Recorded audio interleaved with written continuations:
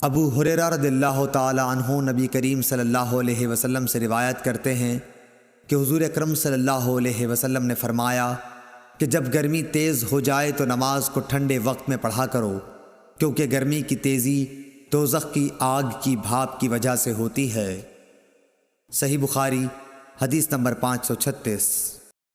دوزخ نے اپنے رب سے شکایت کی کہ اے میرے رب، آگ کی شدت کی وجہ سے میرے بعض حصے نے بعض حصے کو کھا لیا ہے۔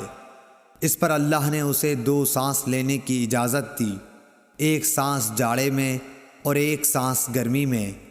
اب انتہائی سخت گرمی اور سخت سردی جو تم لوگ محسوس کرتے ہو وہ اسی سے پیدا ہوتی ہے۔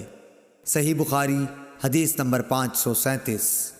ابو صالح ذکوان نے ابو سعید خدری رضی اللہ تعالیٰ عنہ کے واسطے سے بیان کیا کہ نبی صلی اللہ علیہ وسلم نے فرمایا کہ گرمی کے موسم میں ظہر کو ٹھنڈے وقت میں پڑھا کرو، کیونکہ گرمی کی شدت جہنم کی بھاپ سے پیدا ہوتی ہے۔